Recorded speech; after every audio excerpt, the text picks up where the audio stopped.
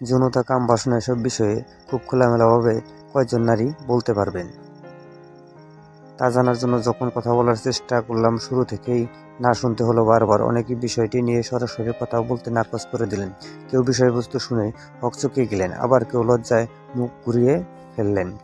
I enjoy sex, আমি যৌন মিলন খুব উপভোগ করি। অবশেষে একজনকে পাওয়া গেল, যিনি সরাসরি এমনটাই বললেন, তবে নিজের নাম পরিচয় লুকিয়ে রাখার শর্তে। আমি দু একবার দুষ্টামি করে লাইনটা বলেছি। প্রথম সবাই মনে করেছে আমি ঠাট্টা করেছি। তারপর যখন বুঝতে পেরেছে যে না, আমি আসলে সিরিয়াস, পরে শুনেছি যে তারা আমার চরিত্র খারাপ এমন একটা লেবেল লাগিয়ে দিয়েছে। পরে দেখা হলে আমার দিকে কপাল কুঁচকে তাকিয়েছে, বলেন তিনি। একটি উন্নয়ন প্রতিষ্ঠানে কাজ করেন এই নারী। বয়স ৪৫ বছর। জনজীবনে খুব সক্রিয় বলে নিজেকে তুলে ধরেছেন তিনি। ছোটবেলা থেকে যৌনতা সম্পর্কে কি শিখেছেন তা বর্ণনা করে বলেছেন, যখন কিশোরী ছিলাম এই ধরনের স্কুলের অর্থনীতি বইয়ে একটুখানি ধারণা পেলাম। তারপর বান্ধবীদের কাছ থেকে যখন রোমান্টিক উপন্যাস ধার করে পড়লাম, তখন বিষয়টা সম্পর্কে আরো একটু বিস্তারিত ধারণা পেলাম।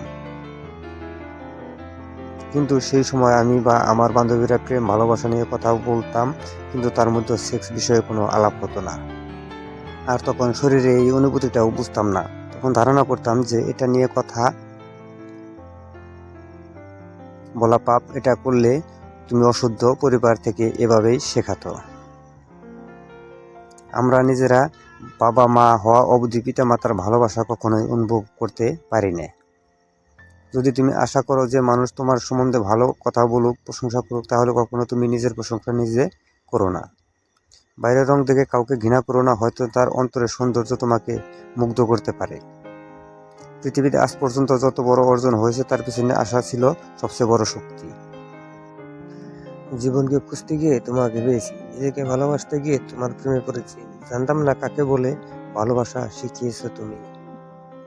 যদি পৃথিবীর সব গোলাপ প্রতিদিন একটা করে তোমাকে দিয়ে বলি আমি তোমাকে ভালোবাসি, সব গোলাপ শেষ হয়ে যাবে, তবু আমার ভালোবাসা শেষ হবে না। হয়তো আজও আমার ভালোবাসার গভীরতা বুঝতে পারোনি। মানুষ যখন কোনো কিছু মরিয়া হয়ে আঁকড়ে ধরে, তখন সে তার উপর প্রচণ্ড নির্ভরশীল হয়ে পড়ে। কিন্তু কোনো কারণে অকৃতকার্য হলে সে দিশেহারা হয়ে যায়। তা থেকে নতুন করে উঠে দাঁড়ানো অসম্ভব। সুখী জীবনের জন্য খুব অল্প কিছুর প্রয়োজন। এটা তোমার মধ্যেই আছে, এটা তোমার ভাবনার ধরন। পৃথিবীতে আজ পর্যন্ত যত বড় অর্জন হয়েছে, তার পিছনে আশা ছিল সবচেয়ে বড় শক্তি। বই হচ্ছে শ্রেষ্ঠাত্মীয়, যার সঙ্গে কোনোদিনও ঝগড়া হয় না, কোনোদিন মনোমালিন্য হয় না। তোমার যা ভালো লাগে তাই জগৎকে দান করো, বিনিময়ে তুমি অনেক ভালো জিনিস লাভ করবে। বিরাট পশুপালনের মাঝে শাবক তার মাকে খুঁজে পায়, অনুরূপ যে কাজ করে অর্থ সবসময় তাকেই অনুসরণ করে। জীবনে আশা করা, কারোর প্রতি আস্থা রাখা ও নিজের ক্ষমতার উপর বিশ্বাস করা থামিও না। কিছু খারাপ স্মৃতির জন্য এই তিনটে থেকে বিরত থাকলে জীবনে সুখ খুঁজে পাওয়া যায় না। দুঃখগুলোকে অনেক বড় মনে হয় সুখগুলোর চেয়ে, কিন্তু একটি সফলতাকে অনেক বড় মনে হয় হাজার ব্যর্থতার চেয়ে। আপনি যদি প্রতিদ্বন্দ্বীর দিকে মনোযোগী হন, তাহলে আপনাকে অপেক্ষা করতে হবে যতক্ষণ না কোনো একজন প্রতিদ্বন্দ্বী কিছু একটা করছে। পৃথিবীতে কোনো মেয়েই 6টা গাড়ির মালিক ছেড়ে সিক্স প্যাকওয়ালা ছেলের সাথে যাবে না। তাই জিমে যাওয়া বন্ধ করে কাজে যাও। কখনো কখনো কাউকে ভুলে সামনে এগিয়ে যাওয়ার সিদ্ধান্ত নেওয়াটা কঠিন, কিন্তু একবার যদি আপনি সামনে এগিয়ে যেতে পারেন, তবে পিছনে ফিরে দেখবেন আপনার জীবনের শ্রেষ্ঠ সিদ্ধান্তটাই আপনি নিয়েছিলেন। নিজের প্রতি বিশ্বাস রাখো, নিজের যোগ্যতার উপর ভরসা রাখো, নিজের শক্তির উপর বিনয়ী কিন্তু যথেষ্ট আস্থা ছাড়া তুমি সফল বা সুখী হতে পারবে না। বন্ধুত্ব হোক কিংবা ভালোবাসা, টিকিয়ে রাখার দায়িত্ব কিন্তু দুজনেরই।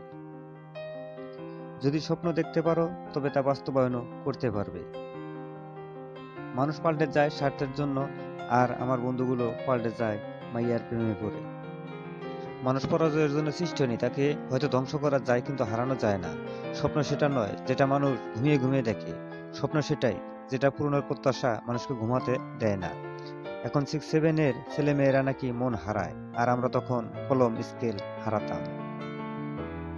অন্যদের অনুভূতিকে সম্মান করুন। এটি আপনার কাছে তুচ্ছ হতে পারে, তবে এটি তাদের কাছে অনেক মূল্যবান। তুমি যা কিছু খরচ করো, সময় তার মধ্যে সবচেয়ে দামি। যারা সময়কে ঠিক মতো ব্যবহার করতে পারে না, তারাই আসলে সময় নিয়ে অভিযোগ করে।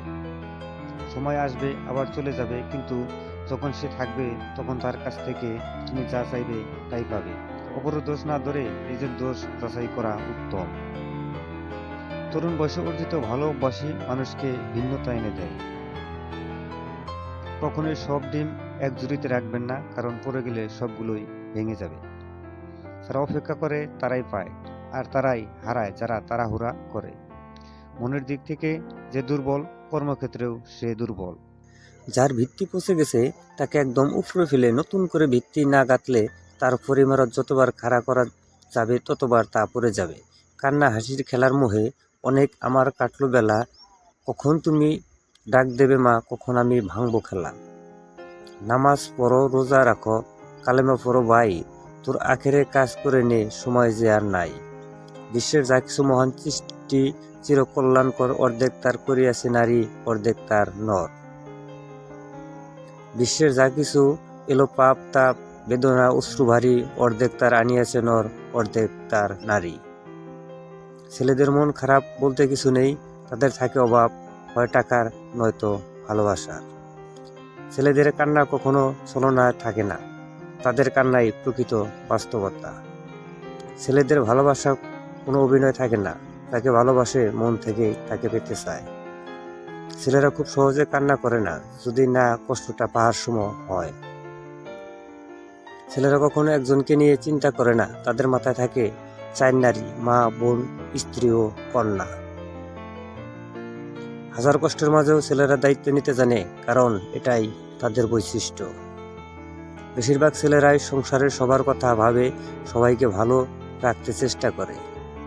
কাউকে সারা জীবন কাছে পেতে চাও, তাহলে প্রেম দিয়ে নয়, বন্ধুত্ব দিয়ে আগলে রাখো, কারণ প্রেম একদিন হারিয়ে যাবে, কিন্তু বন্ধুত্ব কোনোদিনও হারায় না। বিয়ে করলে মানুষকে মেনে নিতে হয়, তখন আর গড়ে নেবার ফাঁক থাকে না। প্রথম বিয়ে হচ্ছে বুদ্ধির কাছে কল্পনার জয়, আর দ্বিতীয় বিয়ে হচ্ছে অভিজ্ঞতার কাছে আশার জয়।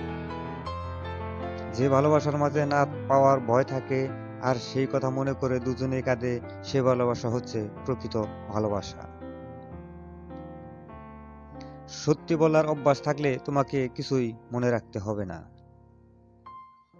যে সৎ হয়, নিন্দা তার কোনো অনিষ্টি করতে পারে না। যদি আপনি আপনার রাগ নিয়ন্ত্রণ করতে না জানেন, তাহলে আপনার অবস্থা আক্রমণ হওয়ার উপক্রম একটি অসহায় প্রাচীরহীন শহরের মতো।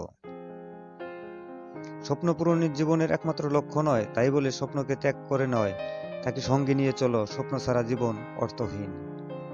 মনে অনেক কিছু চাইবে, কিন্তু তা বিবেক দিয়ে বিচার করো, তাহলেই তুমি বুঝবে কোনটা তোমার করা উচিত আর কোনটা করা উচিত নয়।